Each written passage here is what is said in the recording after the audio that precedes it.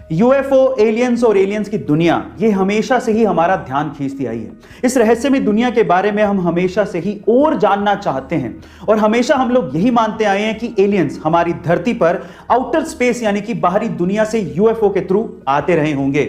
लेकिन आईसीईआर एक ऐसी संस्था जो कि एलियंस की दुनिया और यूएफओ के ऊपर रिसर्च करती है, उसके वाइस प्रेसिडेंट का यह कहना है कि एलियंस कहीं आउटर स्पेस से नहीं आते बल्कि समंदर की गहराइयों से आते हैं।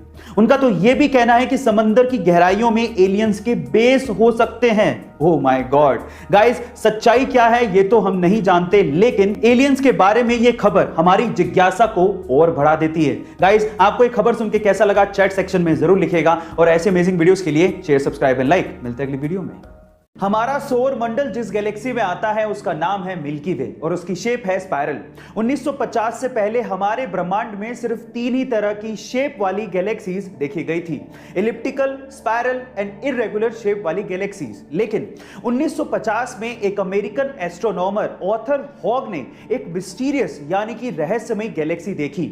उस रहस्यमय गैलेक्सी की शेप एक्चुअली छल्ले नुमा यानी कि रिंग नुमा थी, इसलिए उसे रिंग गैलेक्सी कहा जाता था। बाद में इसका नाम हॉग्स ऑब्जेक्ट रख दिया गया।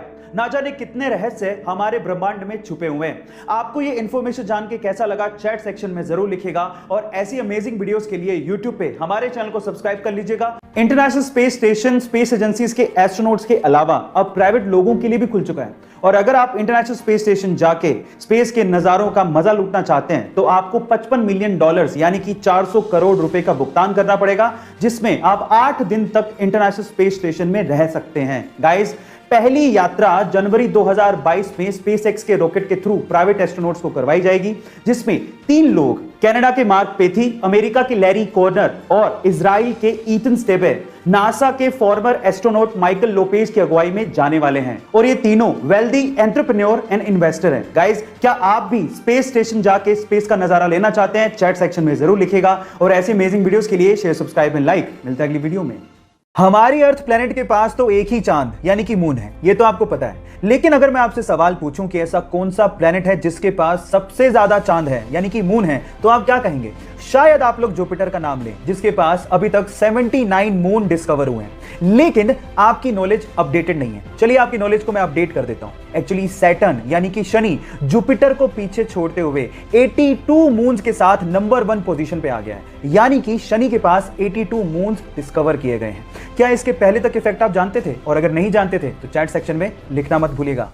स्पेस यानी कि अंतरिक्ष, पृथ्वी के बाहर की दुनिया, ये बहुत ही ज्यादा फैसिनेटिंग और इंटरेस्टिंग है और इसी वजह से बहुत सारे देशों ने इसके बारे में जानने के लिए अपने यहां पर स्पेस एजेंसीज बना रखी हैं। लेकिन अगर मैं आपसे सवाल पूछूं कि पूरी ही दुनिया की टॉप 5 स्पेस एजेंसीज कौन सी हैं, तो आप लोग क्या जवाब देंगे? डोंट वरी, मैं आपको बताता हूं। Let's find out the top 5 space agencies in the world. Number 5 हमारे इंडिया की इसरो। नंबर 4 रशिया की रोसकोस्मोस। नंबर 3 यूरोपियन कंट्रीज की यूरोपियन स्पेस एजेंसी यानी कि ईएसए।